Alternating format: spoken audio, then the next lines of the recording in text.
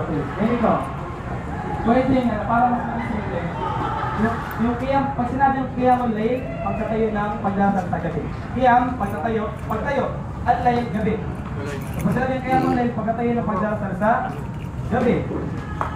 Tapos, yung tarawih, pagpapahinga. Yung tahajjud sa huling parte ng gabi. Pwede. So ngayon, ang niya Pwede gumawa. kahit isa lang. Okay? Para ano natin? Ang niya dito kahit na isa lang. Kasi dalawa ka lang din naman na ito eh. Depende lang kung ano yung tinawag ng tao. Okay?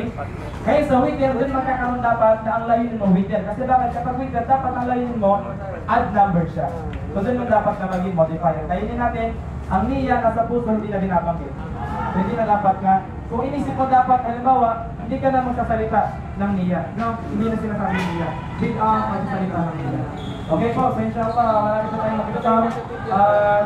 Kung natin magdala tayo ngayon habang malapit na ng makikita o magdala tayo para sa mga tungkol sa iba't ibang lumalot ng mundo. So inshallah, samantan na natin oras na, nagdudua tayo at tayo ay nag-aayos. Ito, Assalamualaikum warahmatullahi wabarakatuh.